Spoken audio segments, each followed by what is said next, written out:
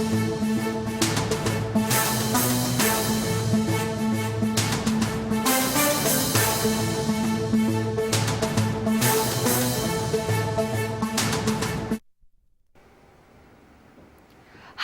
Veeramallu success meet లో strong warning ఇచ్చారు.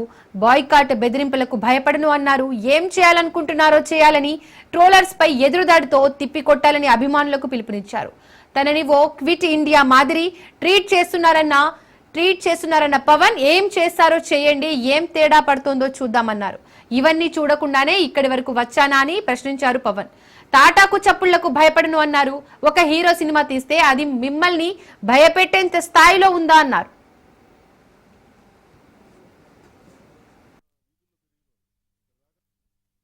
ఇది not about success, it's not about this, it's about conveying a thought to the public. It all depends how well public receive. ఏ చెప్తా ఉన్నాను, కొంతమంది boycott చేస్తాం, negative reviews అంటే I said please go ahead. నాకు అసలు ఇబ్బంది లేదు. ఎందుకంటే నేను రోడ్డు మీదకి వచ్చి నేను ఏమనుకుంటాను, చాలా సార్లు నీ సినిమాలు ఆడనివ్వు, నేను రానివ్వు అంటే ఎక్కడో నెల్లూరులో ఉండి చిన్న వీధుల్లో పెరిగినోడిని, ఇక్కడ దాకా రావడమే గొప్ప. అలాంటిది నా సినిమాలు ఆపుతున్నాను, నేను ఎంత స్థాయికి ఎదిగానో మీరు చెప్తున్నారు. నా గురించి నాకు తెలియదు, కానీ మీరు చెప్తున్నారు నా ఎదుగుదల ఎంత. ఇది not about success, it's not about this, it's about conveying a thought to the public. It all depends how well public receive. ఏ చెప్తా ఉన్నాను, కొంతమంది బాయ్కాట్ చేస్తాం, నెగిటివ్ రివ్యూస్ అంటే I said please go ahead. నాకు అసలు ఇబ్బంది లేదు. ఎందుకంటే నేను రోడ్డు మీదకి వచ్చి నేను ఏమనుకుంటాను, చాలా సార్లు నీ సినిమాలు ఆడనివ్వు, నేను రానివ్వు అంటే ఎక్కడో నెల్లూరులో ఉండి చిన్న వీధుల్లో పెరిగినోడిని, ఇక్కడ దాకా రావడమే గొప్ప. అలాంటిది నా సినిమాలు ఆపుతున్నాను, నేను ఎంత స్థాయికి ఎదిగానో మీరు చెప్తున్నారు. నా గురించి నాకు తెలియదు, కానీ మీరు చెప్తున్నారు నా ఎదుగుదల ఎంత. ఇది not about. Harihara Veeramallu success meet లో పవన్ కళ్యాణ్ స్ట్రాంగ్ వార్నింగ్ ఇచ్చారు. బాయ్కాట్ బెదిరింపులకు భయపడను అన్నారు. ఏం చేయాలనుకుంటున్నారో చేయాలని, ట్రోలర్స్ పై ఎదురుదాడితో తిప్పికొట్టాలని అభిమానులకు పిలుపునిచ్చారు. తనని ఓ క్విట్ ఇండియా మాదిరి ట్రీట్ చేస్తున్నారన్న పవన్ ఏం చేస్తారో చేయండి, ఏం తేడా పడుతుందో చూద్దామన్నారు. ఇవన్నీ చూడకుండానే ఇక్కడి వరకు వచ్చానా అని ప్రశ్నించారు పవన్. తాటాకు చప్పుళ్లకు భయపడను అన్నారు. ఒక హీరో సినిమా తీస్తే అది మిమ్మల్ని భయపెట్టేంత స్థాయిలో ఉందా అన్నారు. ఇదే అంశానికి సంబంధించి మరిన్ని డీటెయిల్స్ మా ప్రతినిధి క్రాంతి ఫోన్ ద్వారా అందిస్తారు. క్రాంతి, పవన్ కళ్యాణ్ హరిహర వీరమల్లు సినిమా వివాదానికి సంబంధించి డీటెయిల్స్ ఏంటి? పవన్ కళ్యాణ్ ఏమంటున్నారు? ప్రస్తుతగా పవన్ కళ్యాణ్ హరిహర వీరమల్లు సినిమా రిలీజ్ అయింది. దానికి సంబంధించిన సక్సెస్ మీట్ లో పవన్ కళ్యాణ్ కొన్ని ఆసక్తికరమైన వ్యాఖ్యలు చేశారు. దీనికి సంబంధించి అంటే సినిమాకి సంబంధించి సక్సెస్ అయినప్పటికీ కూడా కొంతమంది సోషల్ మీడియాలో కావాలనే పని కట్టుకుని పవన్ కళ్యాణ్ సినిమా ఎప్పుడు విడుదలైనా కానీ దానికి నెగిటివ్ టాక్ వచ్చేలాగా సోషల్ మీడియా వేదికగా కూడా ప్రచారం చేస్తున్నారు. ఈసారి కూడా అలాగే సినిమాని బాయ్కాట్ చేయాలి అంటూ కూడా పెద్ద ఎత్తున ప్రచారం జరుగుతుంది. కాబట్టి ఈ ప్రచారాన్ని కూడా తిప్పికొట్టాలి, ఎలాంటి ప్రచారాలకి భయపడేది లేదు అంటూ కూడా ఆ సక్సెస్ మీట్ వేదిక నుంచే ఈ ట్రోలర్స్ కి కొంత స్ట్రాంగ్ వార్నింగ్ ఇచ్చిన పరిస్థితి అయితే ఉంది. అటు బాయ్కాట్ బెదిరింపులకి భయపడేది లేదంటూ కూడా పవన్ కళ్యాణ్ స్పష్టంగా సక్సెస్ మీట్ లో క్లారిటీగా చెప్పారు. ట్రోలర్స్ పైన అవసరమైతే ఎదురు దాడి తిప్పి కొట్టాలంటూ కూడా అటు అభిమానులకి పవన్ కళ్యాణ్ పిలుపునివ్వడం జరిగింది. కేవలం పవన్ కళ్యాణ్ నే టార్గెట్ గా చేసుకుని ప్రతిసారి కూడా ఈ రకమైన ట్రోలర్స్ చేస్తున్న నేపథ్యంలో ఖచ్చితంగా ఈసారి నుంచి దాన్ని అవసరమైతే ఎదురు దారికి దిగాలి, భయపడేది లేదు. ఇలాంటి ట్రోలర్స్ ని ఎన్నో చూశానంటూ కూడా పవన్ కళ్యాణ్ స్వయంగా స్టేజ్ పై నుంచే వ్యాఖ్యలు చేసిన పరిస్థితి అయితే ఉంది. రాబోయే రోజుల్లో ఎట్టి పరిస్థితుల్లో దీన్ని ఉపేక్షించేది లేదు. కాబట్టి ఇలాంటి ఎన్నో చూసి ఈ స్థాయి వరకు వచ్చినట్టు కూడా పవన్ కళ్యాణ్ స్పష్టం చేశారు. ఈ నేపథ్యంలోనే ఆ వ్యాఖ్యలకి సంబంధించి సోషల్ మీడియా వేదికగా కూడా ఇప్పటికే ఏదైతే పవన్ కళ్యాణ్ సినిమా హరిహర వీరమల్లు విడుదలైందో దానిపైన వస్తున్న ట్రోలర్స్ కి ధీటైన జవాబు ఇవ్వాలంటూ కూడా అభిమానులకి హితవు పలికిన పరిస్థితి. ఇప్పటి వరకు కూడా అభిమానుల్ని సమన్వయం పాటించండి, సోషల్ మీడియా వేదికగా కూడా ఎలాంటి అసభ్యకరమైన వ్యాఖ్యలు చేయకూడదు, సమన్వయం పాటించాలి, అవతల వ్యక్తులు ఆ రకంగా ఉన్నారు కాబట్టి మనం కూడా అదే రకంగా వ్యాఖ్యలు చేయడం కరెక్ట్ కాదంటూ కూడా ఇప్పుడు పవన్ కళ్యాణ్ తన అభిమానులకి చెప్తూ వస్తున్న పరిస్థితి. ఈ నేపథ్యంలోనే ఇప్పుడు ఒక సినిమాకి సంబంధించి నిర్మాత అనేక మంది 24 క్రాఫ్ట్స్ వర్క్ చేస్తారు. అలాంటి సినిమా ఈ రకంగా నెగిటివ్ టాక్ కావాలనే తీసుకురావటం, అదేవిధంగా తన సినిమా విడుదల నేపథ్యంలో ప్రతిసారి కూడా ఈ రకంగానే కాంట్రవర్సీలు తీసుకురావటం అనేది ఇక్కడి నుంచి ఉపేక్షించేది లేదు. కాబట్టి ఖచ్చితంగా ఏదైతే సోషల్ మీడియా వేదికగా ట్రోల్స్ జరుగుతున్నాయో దాన్ని తిప్పుకొట్టాలంటూ కూడా స్పష్టంగా చేసే పవన్ కళ్యాణ్ స్పష్టం చేసిన పరిస్థితి అయితే ఉంది. దీనిలో భాగంగానే అటు అభిమానులకి పిలుపునిచ్చారు. కాబట్టి రాబోయే రోజుల్లో ఇలాంటివి ధీటుగా ఎదుర్కొంటాంతో పాటు ఖచ్చితంగా ఇలాంటి వాటికి భయపడేది లేదంటూ కూడా పవన్ కళ్యాణ్ అటు తన పైన ట్రోల్స్ చేసిన వాళ్ళకి ఒక స్ట్రాంగ్ కౌంటర్ మెసేజ్ ఇచ్చారని కూడా చెప్పుకోవచ్చు Deepika. Right Kranthi, thank you.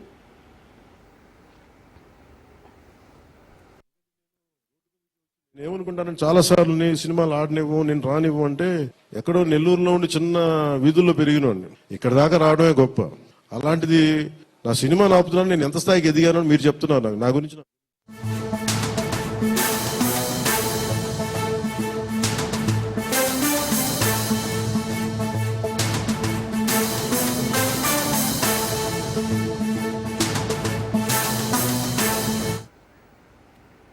Rajasthan లో ఘోర ప్రమాదం జరిగింది. ఝాలవార్ జిల్లాలో ప్రభుత్వ స్కూల్ భవనం పైకప్పు కుప్పకూలి 5 విద్యార్థులు మృతి చెందారు. శిథిరాల కింద మరికొందరు చిక్కుకొని ఉండడంతో మృతుల సంఖ్య పెరిగేలా కనిపిస్తోంది. ప్రమాదం జరిగిన వెంటనే స్థానికుల సాయంతో టీచర్లు శిథిలాలను తొలగించే ప్రయత్నం మొదలుపెట్టారు. 4 విద్యార్థుల మృతదేహాలను వెలికితీశారు.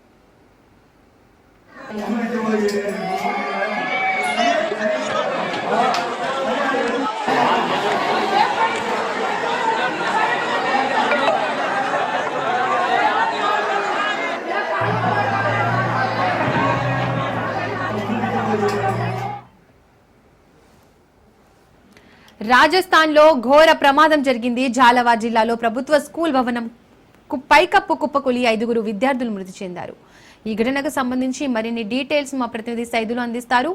సైదులు, రాజస్థాన్ లో స్కూల్ భవనం కుప్పకూలి 5 విద్యార్థులు మృతి చెందినట్టు తెలుస్తోంది. గాయపడిన వారి పరిస్థితి ఏ విధంగా ఉంది? మృతుల వివరాలేంటి? పోలీసులు ఏం చెప్తున్నారు? స్థానికులు, బాధిత కుటుంబ సభ్యులు ఏమంటున్నారు?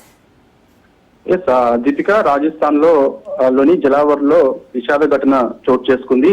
ఈ రోజు ఉదయం ఉన్నత ప్రాథమిక పాఠశాల భవనం పైకప్పు కూలి విద్యార్థులపై పడడంతో 4 మృతి చెందినట్లు కూడా అధికారికంగా సమాచారం. మరో 10 మంది చిన్నారులకు తీవ్ర గాయాలు కావడంతో ఉటావుటిన స్థానికంగా ఉన్నటువంటి హాస్పిటల్ కి తరలించారు. ప్రస్తుతం ఘటనా స్థలంలో సహాయక చర్యలు కొనసాగుతున్నాయి. శిథిలాల కింద చిక్కుకున్న విద్యార్థులను కాపాడేందుకు తీవ్ర ప్రయత్నిస్తున్నారు. స్థానికంగా ఉన్నటువంటి నివాసితులు, అదేవిధంగా పోలీసులు, ఇతర ఉన్నతాధికారులు సహాయక చర్యలని వేగవంతం చేశారు. ఎందుకంటే శిథిలాల కింద మరికొందరు ఉన్నట్లుగా కూడా గుర్తించారు. వారి ఆర్తనాదాలని విన్న తర్వాత అక్కడున్న పరిస్థితి చాలా భయాందోళన పరిస్థితి నెలకొందని కూడా చెప్పవచ్చు. ఎందుకంటే స్థానికంగా ఉన్నటువంటి వారందరూ కూడా పిల్లల్ని కాపాడే ప్రయత్నంలో భాగంగా శిథిలాలన్నీ కూడా తీసి పక్కకేస్తున్నట్టు కూడా మనకైతే సమాచారం. సో ఇప్పటికే సహాయక చర్యలు ముమ్మరం చేశారు. కాబట్టి మరికొందరు చిన్నారులు ఈ యొక్క శిథిలాల కింద మరణించి ఉండొచ్చు అని చెప్పేసి కూడా చెప్తున్న పరిస్థితి కనిపిస్తుంది. అయితే ప్రస్తుతం మనకు అందుతున్న సమాచారం ఏంటంటే 4 విద్యార్థులు మృతి చెందినట్టుగా కూడా చెప్తున్నారు. ఒకరి పరిస్థితి విషమంగా ఉంది. సో ఇక మిగిలిన వారు శిథిలాల కింద ఉన్న వారిని అందరినీ కూడా శిథిలాలు తొలగిస్తే కానీ వారి పరిస్థితి ఏ విధంగా ఉంది ఏంటి అనేది కూడా మరి కాసేపట్లో తెలిసే అవకాశం కనిపిస్తుంది. ఎందుకంటే రాజస్థాన్ లోని జలావర్ లో ఈ యొక్క ప్రాథమిక పాఠశాల గత కొన్ని రోజుల నుంచి కూడా అది పైకప్పులు ఊడి పిల్లల పైన అనేక సార్లు పడ్డట్టుగా కూడా తెలుస్తుంది. కానీ అధికారుల నిర్లక్ష్యం కారణంగానే పట్టించుకోకపోవడం కారణంగానే ఈ మధ్య మనం దేశవ్యాప్తంగా భారీ వర్షాలు కురుస్తున్నాయి. దానిలో భాగంగా ఈ యొక్క రాజస్థాన్ లో కూడా భారీ వర్షాలు వస్తున్న నేపథ్యంలో అది కొంత ఈ వర్షానికి నాని పైకప్పు ఒక్కసారిగా పిల్లలు స్కూల్ కు వచ్చిన సమయానికి ఒక్కసారిగా కూలిపోవడంతో ఆ సమయంలో పిల్లలందరూ కూడా స్కూల్ గదిలో ఉండిపోవడంతో ఈ పెద్ద ప్రమాదం చోటు చేసుకుంది. ఎందుకంటే పిల్లలు లేకపోతే ప్రమాదం లేకపోతుండే, కానీ స్కూల్ స్టార్ట్ అయిన కొద్దిసేపటికి ప్రేయర్ అయిపోయిన తర్వాత పిల్లలందరూ కూడా స్కూల్ తన యొక్క గదిలోకి వెళ్ళి అక్కడ కూర్చోగానే ఒక్కసారిగా పైకప్పు కుప్పకూలిపోవడంతో స్పాట్ లోనే 4 చిన్నారులు మృతి చెందారు. మిగిలిన వారందరూ కూడా శిథిలాల కింద ఉన్నట్లు కూడా తెలుస్తుంది. సో సహాయక చర్యలు అయితే ముమ్మరం చేశారు. కాబట్టి ఆ శిథిలాలన్నింటినీ పక్కకు తీసేసిన తర్వాత ప్రస్తుతం శిథిలాల కింద ఉన్న చిన్నారులు ఎంతమంది ఉన్నారు, ఎవరెవరు ప్రాణాలతో బయటపడతారు, ఎవరెవరు ప్రాణాలు పోయాయి ఏంటి అనేది కూడా వివరాలు మరి కాసేపట్లో మనకైతే తెలిసే అవకాశం ఉంది. దీనిపైన కేసు నమోదు చేసి పోలీసులు కూడా దర్యాప్తు చేస్తున్నారు. ఎందుకంటే ఎవరు నిర్లక్ష్యం ఉంది, విద్యాశాఖ నిర్లక్ష్యం ఉంటే మాత్రం స్పష్టంగా కనిపిస్తుంది. ఎందుకంటే విద్యాశాఖ నిర్లక్ష్యం కారణంగానే ఇది గత కొన్ని రోజుల నుంచి కూడా ఆ పైకప్పులు కూలిపోతున్నప్పుడు ఆ స్టూడెంట్స్ టీచర్స్ కి ఫిర్యాదు చేసినా పట్టించుకోలేదని ఒక వాదన తెరపైకి వస్తుంది. కాబట్టి సో విద్యాశాఖ నిర్లక్ష్యం స్పష్టంగా కనిపిస్తుంది కాబట్టి ఖచ్చితంగా విద్యాశాఖకి సంబంధించిన అధికారులపైన చర్యలు కూడా తీసుకునే అవకాశం అయితే కనిపిస్తుంది. పోలీసులు అయితే కేసు నమోదు చేసి దర్యాప్తు చేస్తున్నారు. ప్రస్తుతం అయితే సహాయక చర్యలు అయితే ముమ్మరం చేశారు. శిథిలాల కింద ఇంకెంతమంది పిల్లలు ఉన్నారనేది ఏంటి అనేది కూడా మనకి కాసేపట్లో తెలిసే అవకాశం ఉంది. ఈ ఘటన తెలియగానే విద్యార్థుల తల్లిదండ్రులందరూ కూడా ఒక్కసారిగా భయాందోళనకు గురయ్యారు, దిగ్భ్రాంతికి గురైపోయి వెంటనే అక్కడ స్థానికంగా ఉన్నటువంటి పాఠశాలకు అందరూ కూడా చేరుకుంటున్నారు. తమ పిల్లల్ని చూపించండి అని చెప్పేసి కూడా అర్థనాలతో వాళ్ళు ఏడుస్తున్న పరిస్థితి కనిపిస్తుంది. సో కొందరు పిల్లలు ఎవరైతే చనిపోయారో 4 పిల్లలు వాళ్ళందరూ బంధువులు కూడా కంటతడి పెడుతున్న పరిస్థితి కనిపిస్తుంది. సో ఇంకా మిగిలిన పిల్లలందరూ కూడా శిథిలాల కింద ఉన్నారు కాబట్టి తల్లిదండ్రులు కూడా అక్కడే ఉండిపోయి అక్కడ అర్థనాలతో అంతా కూడా పరిస్థితి అంతా కూడా కొంత గందరగోళ పరిస్థితి నెలకొంది. కాబట్టి సో ఇక శిథిలాలన్నీ కూడా తొలగిస్తే కానీ మనకి ఎంతమంది పిల్లలు శిథిలాల కింద చిక్కుకున్నారు ఇంకా ఏంటి అనేది కూడా మనకి మరి కాసేపట్లో అధికారికంగా ప్రకటన కూడా వెలువడే అవకాశం అయితే కనిపిస్తుంది. ప్రస్తుతం అయితే విద్యాశాఖ నిర్లక్ష్యం స్పష్టంగా ఉంది కాబట్టి ఖచ్చితంగా అధికారులపైన కూడా చర్యలు ఉండే అవకాశం కనిపిస్తుంది ఈ ఘటనకు సంబంధించి. సైదులో పైకప్పు కూలిన సమయంలో స్కూల్లో మొత్తం ఎంతమంది విద్యార్థులు ఉన్నారు? ప్రస్తుతం మనకు అందుతున్న సమాచారం అయితే మాత్రం ఒకే గదిలో ఈ యొక్క స్లాబ్ కూలిపోయింది కాబట్టి అందులో 30 నుంచి 35 మంది స్టూడెంట్స్ ఉన్నట్టుగా కూడా మనకైతే సమాచారం. కాకపోతే వర్షాలు వస్తున్న నేపథ్యంలో పిల్లలు తక్కువ మంది ఈ రోజు స్కూల్కి వచ్చినట్టుగా కూడా చెప్తున్నారు. మరి కొందరు ఇంకా రావాల్సి ఉందని చెప్తున్నారు. కాబట్టి సో ఉదయం ఎవరైతే తొందరగా పిల్లలు స్కూల్కి వచ్చారో వారు ప్రేర్ అయిపోగానే వెంటనే క్లాస్ రూమ్ కి వెళ్ళి కూర్చోగానే ఫస్ట్ పీరియడ్ స్టార్ట్ అయిన కొద్ది సెకండ్ వ్యవధిలోనే ఒక్కసారిగా పై స్లాబ్ కూలిపోయిన వెంటనే పిల్లల పైన పడడంతో 4 స్టూడెంట్స్ అక్కడికక్కడే మిగిలిన వారు కూడా శిథిలాల కింద ఉన్నారని అంటున్నారు. కాబట్టి సో చూడాలి మరి ఎంతమంది అంటే మిగిలిన కొంతమంది పిల్లలు ఈ యొక్క భవనం అంటే పై స్లాబ్ కూలిన సమయంలో ఒకవైపు కూలి పిల్లలపై పడంగానే మిగిలిన కొందరు పిల్లలు వెంటనే స్పాట్ లో తేరుకొని ఆ గది నుంచి బయటికి ఉరికొచ్చినట్టుగా కూడా సమాచారం. బయటికి వెంటనే పరిగెత్తి ప్రాణాలను కాపాడుకున్నారు. కొందరు పిల్లలు రాలేని పరిస్థితులు ఉన్నవారు వారిపైన కూడా స్లాబ్ పడిపోయినట్టు కూడా చెప్తున్నారు. కాబట్టి శిథిలాలు తొలగిస్తే గానీ మనకు ఒక క్లారిటీ వచ్చే అవకాశం అయితే ఉంటుంది. Right Saidulu, thank you.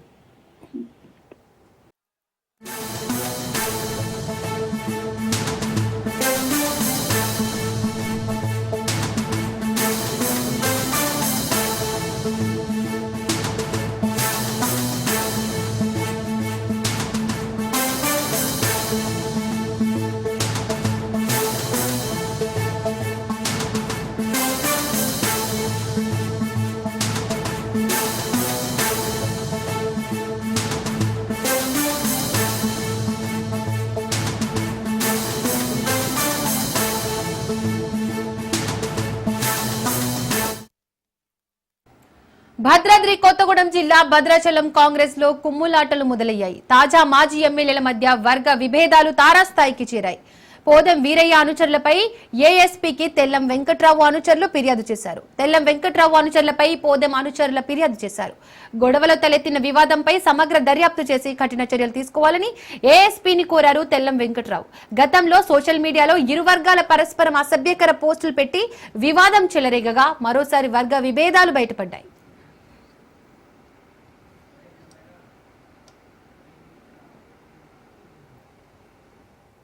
ఈ అంశానికి సంబంధించి మరిన్ని డీటెయిల్స్ మా ప్రతినిధి నవీన్ అందిస్తారు. నవీన్, భద్రాద్రి కొత్తగూడెం జిల్లాలో కాంగ్రెస్ లో కుమ్ములాటలు మొదలైనట్టుగా తెలుస్తోంది. మాజీ ఎమ్మెల్యేల మధ్య విభేదాలు ఉన్నట్టు తెలుస్తోంది. దీనికి సంబంధించి డీటెయిల్స్ ఏంటి? రైట్ దీపిక, భద్రాచలం అసెంబ్లీ నియోజకవర్గ కాంగ్రెస్ పార్టీలో వర్గ విభేదాలు తారాస్థాయికి చేరినట్లుగా కూడా చూడొచ్చు. నిన్న మొన్నటి వరకు కూడా మాటలకు విమర్శలకే పరిమితమైనటువంటి ఈ వర్గపోరు భౌతిక దాడుల వరకు కూడా వెళ్ళినట్లుగా కూడా చూడొచ్చు. అయితే దీంతో అక్కడ ఉన్నటువంటి దిగువ శ్రేణి కార్యకర్తలు అయితే ఒక అయమయంలో పడ్డట్లుగా కూడా చూడొచ్చు. ముఖ్యంగా మనం చూసుకుంటే ఇరు వర్గాల వైపు ఉన్నటువంటి కార్యకర్తలకు ఇప్పుడు ప్రాణ సంకటంగా కూడా మారిందనే విమర్శలు సర్వత్రా వినిపిస్తున్న పరిస్థితి కూడా ఉంది. అయితే తాజా ఎమ్మెల్యే వర్గీయుడిగా పేర్కొంటున్నటువంటి రాయల శ్రీనివాస్ అనే వ్యక్తిని మాజీ ఎమ్మెల్యే వర్గీయులు దాడి చేసి కొట్టినట్లుగా కూడా తెలుస్తుంది. దీంతో శ్రీను గత 3 రోజుల నుంచి కూడా ఈ భద్రాచలం ఏరియా హాస్పిటల్లో ట్రీట్మెంట్ తీసుకున్నట్టుగా కూడా తెలుస్తుంది. అయితే ఈ విషయం నిన్న ఏదైతే తెల్లం వెంకట్రావు ఆయన్ని పరామర్శించడానికి హాస్పిటల్ కి వెళ్ళగా ఈ విషయం బహిర్గతమైనట్లుగా అంటే ఈ దాడి జరిగిన విషయం అయితే ఆలస్యంగా వెలుగులోకి వచ్చినట్లుగా కూడా మనం చూడొచ్చు. అయితే ఈ విషయమై ఏదైతే ప్రస్తుత ఎమ్మెల్యేగా ఉన్నటువంటి తెల్లం వెంకట్రావు భద్రాచలం ఏఎస్పీ విక్రాంత్ కుమార్ ను కలిసి భౌతికంగా దాడులపై క్షేత్రస్థాయిలో విచారించి బాధ్యులపై చర్యలు తీసుకోవాలంటూ కూడా కోరినట్లుగా కూడా మనం చూడొచ్చు. అదేవిధంగా ఇదే విషయాన్ని అధిష్టానం దృష్టికి సైతం తీసుకువెళ్తున్నట్లు అక్కడ చెప్తున్న పరిస్థితి కూడా ఉంది. అయితే ముఖ్యంగా మనం చూసుకుంటే ఏదైతే ఈ యొక్క సంఘటన మొత్తం కూడా సోషల్ మీడియా వారు ఏదైతే తాజా మరియు మాజీ ఎమ్మెల్యేల వర్గీయుల మధ్య గత కొన్ని రోజులుగా సోషల్ వార్ నడుస్తున్నట్లుగా కూడా చూడొచ్చు. ముఖ్యంగా దీనికి ఏదైతే దుమ్ముగూడెంలో జరిగినటువంటి ఒక కార్యక్రమానికి సంబంధించి అక్కడ అంటే పోదెం వీరయ్య కొన్ని వ్యాఖ్యలు చేసినట్లుగా కూడా చూడొచ్చు. అయితే ఈ వ్యాఖ్యలకు సంబంధించి ఇటు తెల్ల వెంకట్రావు వర్గీయులు కావచ్చు, లేకపోతే ఇటు పోదెం వీరయ్య వర్గీయులు సోషల్ మీడియాలో గత కొన్ని రోజులుగా వాగ్వివాదాలు చేసుకుంటున్న పరిస్థితి కూడా ఉంది. అయితే ఏదైతే భద్రాచలం బస్టాండ్ సమీపంలో అంటే వీరు ఇరువురు కూడా అంటే ఘర్షణ వాతావరణం నెలకొన్న నేపథ్యంలో అక్కడ ఉన్నటువంటి కొంతమంది స్థానికులు వారిని సర్ది చెప్పే ప్రయత్నం కూడా చేసినట్లుగా కూడా చూడొచ్చు. అయితే ఇది జరిగిన కొద్ది రోజులకే ఇటు శ్రీనుకు దాడి జరగడంతో ఇటు తాజా మరియు అంటే పోదెం వీరయ్య వర్గీయులకు మరియు ఇటు తెల్ల వెంకట్రావు వర్గీయులకు మధ్య మాత్రం అంటే పచ్చగడ్డి వేస్తే బగ్గుమనే స్థాయిలో వారిద్దరి మధ్యలో కూడా ఈ యొక్క వర్గ విభేదాలు ఉన్నట్లుగా కూడా తెలుస్తుంది. అయితే ఇదే విషయంపై ఇటు జిల్లా మంత్రులుగా ఉన్నటువంటి మంత్రులు కూడా గతంలో అంటే చొరవ తీసుకొని వీరి ఇరువురి మధ్య సమన్వయం చేసే పరిస్థితి అంటే మాట్లాడిన పరిస్థితి కూడా ఉంది. కానీ అక్కడ మాత్రం వారిద్దరు అంటే ఈ ఇరు వర్గాల మధ్య మాత్రం సయోధ్య కుదిరే పరిస్థితి కూడా లేదు. కానీ ఏదైతే స్థానిక సంస్థలు ఉన్న నేపథ్యంలో ఈ ఇరు వర్గాలు అంటే ఒకటే పార్టీలో ఉన్నటువంటి ఇరు వర్గాల మధ్యలో ఇటువంటి దాడులు జరగడం వీరు ఈ విధంగా ఉండటంతో ఇక్కడ ఉన్నటువంటి కార్యకర్తలు అయితే ఒకంత అంటే భయానికి లోనవుతున్నట్లుగా కూడా చూడవచ్చు. ఎందుకంటే స్థానిక సంస్థలో కాంగ్రెస్ పార్టీకి ఉన్న ఎదురు దెబ్బ తగులుతుందని వీరందరూ కూడా ఆవేదన కూడా వ్యక్తం చేస్తున్న పరిస్థితి కూడా ఉంది. ఇప్పటికైనా కూడా జిల్లా మంత్రులు కావచ్చు, లేకపోతే పార్టీ పెద్దలు దీనిపై దృష్టి సారించి అక్కడ ఉన్నటువంటి వర్గ విభేదాలు ఉన్నటువంటి ఇరు వర్గాన్ని కూర్చోబెట్టి దీన్ని శాంతింపచేయాలని అక్కడ ఉన్నటువంటి వారందరూ కూడా కోరుకుంటున్న పరిస్థితి అయితే ఉంది. Deepika, thank you Naveen. తీసుకుంటా ఉంటాను దాంట్లో జరిగినట్టుగా నేను చెప్తాను.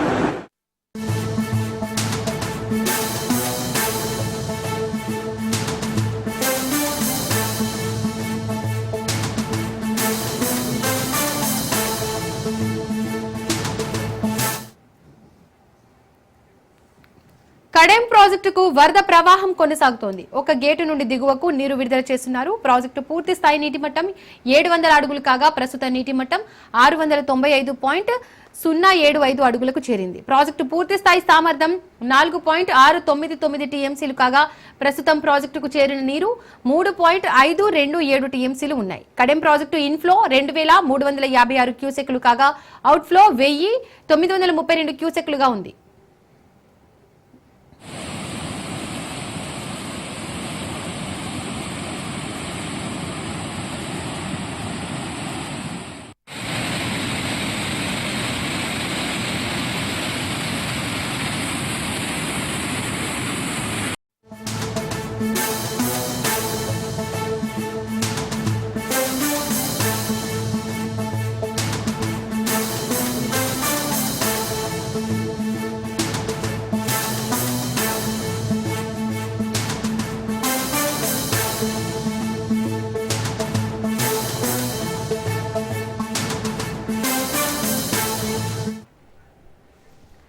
నేడు జరగాల్సిన తెలంగాణ కేబినెట్ సమావేశం వాయిదా పడింది. కేబినెట్ సమావేశాన్ని వాయిదా వేస్తూ సీఎం రేవంత్ రెడ్డి నిర్ణయం తీసుకున్నారు.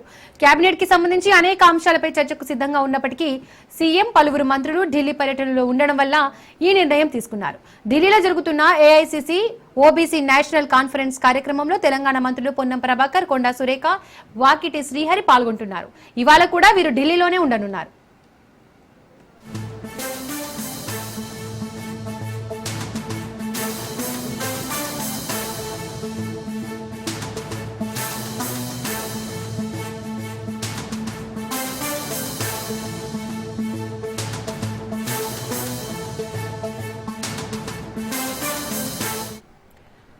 ఇక ఈ ముగ్గురితో పాటు deputy CM Bhatti Vikramarka, irrigation మంత్రి ఉత్తమ్ కుమార్ రెడ్డి కూడా ఢిల్లీలోనే ఉన్నారు. మొత్తం 5 మంత్రులు ఢిల్లీలో ఉండడంతో కేబినెట్ సమావేశానికి కోరం లేకపోవడంతో సీఎం వాయిదా వేశారు. ఈ నెల 28న మధ్యాహ్నం 2 గంటలకు నిర్వహించాలని నిర్ణయించారు. ఇదే అంశానికి సంబంధించి మరిన్ని డీటెయిల్స్ మా ప్రతినిధి రాజు లైవ్ ద్వారా అందిస్తారు. రాజు, తెలంగాణ కేబినెట్ భేటీ సమావేశం వాయిదా పడినట్టుగా తెలుస్తోంది. దీనికి సంబంధించి డీటెయిల్స్ ఏంటి?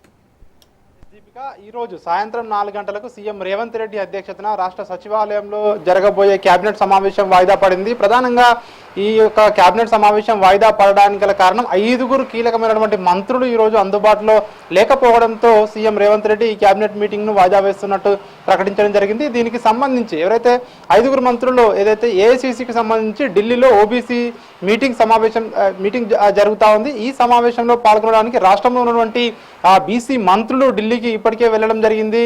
ఇందులో ఢిల్లీకి వెళ్ళిన ఓబీసీ ఏదైతే మంత్రుల్లో 3 పొన్నం ప్రభాకర్, అదేవిధంగా కొండా సురేఖ, వాకిటి శ్రీహరి, ఈ 3 మంత్రులతో పాటు డిప్యూటీ సీఎం మల్లు భట్టి విక్రమార్క, అదేవిధంగా మంత్రి ఉత్తమ్ కుమార్ రెడ్డి, 5 మంత్రులు కూడా ఢిల్లీలోనే ఉండడంతో ముఖ్యమంత్రి రేవంత్ రెడ్డి ఈ నిర్ణయం తీసుకోవడం జరిగింది. సీఎం రేవంత్ రెడ్డి కూడా ఇంకా ఢిల్లీలోనే ఉన్నారు. ఆయన ఒకవేళ ఈరోజు మధ్యాహ్నానికి అంటే 2:30 గంటలకు ఈరోజు లేదా 3 గంటల కల్లా హైదరాబాద్కు వచ్చేలా ఆయన ముందస్తు ప్రణాళిక ఉండే. అయితే కేబినెట్ సమావేశం వాయిదా పడడంతో సీఎం రేవంత్ రెడ్డి ఆయన హైదరాబాద్కు రేపు వచ్చే అవకాశం ఉన్నట్టుగా కూడా తెలుస్తా ఉంది. దీనికి సంబంధించి ఏదైతే కేబినెట్ సమావేశం ఈ రోజు జరగాల్సినటువంటి సమావేశంలో చర్చించవలసిన అంశాల విషయానికి వచ్చినట్టయితే ప్రధానంగా స్థానిక సంస్థల ఎన్నికలకు సంబంధించి ఈ రోజు సమావేశంలో చర్చించాలని చెప్పి ఇప్పటికే కేబినెట్లో నిర్ణయించడం జరిగింది. దీనికి సంబంధించి ఇతర అంశాలు ఏవైతే ఈ స్థానిక సంస్థల ఎన్నికలకు సంబంధించి ఏదైతే పంచాయతీరాజ్ చట్ట సవరణకు సంబంధించి ఆర్డినెన్స్ ఇంకా కూడా అది లేట్ అవుతా ఉంది, గవర్నర్ వద్ద ఉంది. గవర్నర్ దాన్ని కేంద్ర హోంశాఖకు కూడా పంపివ్వడం జరిగింది. స్థానిక సంస్థల ఎన్నికల నిర్వహణ, రిజర్వేషన్ల ఖరారు, అదేవిధంగా రాష్ట్రంలో ఉన్నటువంటి ఇతర సంక్షేమ అభివృద్ధి పథకాలపై ఈ సమావేశంలో చర్చించాలని ముందుగా సీఎం రేవంత్ రెడ్డి నిర్ణయించుకున్నారు. అయితే మంత్రులు అందుబాటులో లేకపోవడంతో ఈ నిర్ణయం తీసుకోవడం జరిగింది. 28వ తేదీ మధ్యాహ్నం 2 గంటలకు రాష్ట్ర సచివాలయంలో ఈ కేబినెట్ సమావేశం నిర్వహించబోతా ఉన్నారు. దీనికి సంబంధించి కొద్దిసేపు క్రితమే ముఖ్యమంత్రి కార్యాలయం ప్రకటన కూడా చేయడం జరిగింది. ఈ రోజు చర్చించబోయే అంశాలన్నింటినీ కూడా 28వ తేదీ మధ్యాహ్నం 2 గంటలకు సమావేశంలో చర్చకు వచ్చే అవకాశం కనిపిస్తా ఉంది. ఒకవేళ అంతలోపు ఆర్డినెన్స్ కూడా గవర్నర్ ఆమోదం పొందితే ఇక రిజర్వేషన్ల ఖరారు చేసి రాష్ట్ర ప్రభుత్వం జీవో ఇచ్చి స్థానిక ఎన్నికలకు షెడ్యూల్ కూడా జారీ చేసే అవకాశం అయితే మనకు కనిపిస్తా ఉంది. ఏదేమైనా ఇంకా 3 రోజుల సమయం ఉంది కాబట్టి ఈ 3 రోజుల లోపల గవర్నర్ వద్ద నుంచి ఆర్డినెన్స్ కు సంబంధించి ఒక స్పష్టమైనటువంటి ఆమోదం లభిస్తుంది అని చెప్పేసి రాష్ట్ర ప్రభుత్వ వర్గాలు అయితే ఒక ఆశాభావాన్ని వ్యక్తం చేస్తా ఉన్నాయి. దీనికి సంబంధించి ఏదైతే 28వ తేదీ కేబినెట్ లో ఒకవేళ ఆర్డినెన్స్ ఆమోదం పొందకుంటే 28వ తేదీన ఈ స్థానిక ఎన్నికలకు సంబంధించి అదేవిధంగా ఈ ఆర్డినెన్స్ కు సంబంధించి ఇతర అంశాలు ఇటు ఇందిరమ్మ ఇల్లు కావచ్చు, రేషన్ కార్డుల పంపిణీ కావచ్చు, రాష్ట్రంలో ఏదైతే వర్షాకాలానికి సంబంధించి వర్షాలు కావచ్చు, ఇతర అంశాలపై చర్చించే అవకాశాలు అయితే మనకు కనిపిస్తా ఉన్నాయి. Deepika. Right Raju, thank you.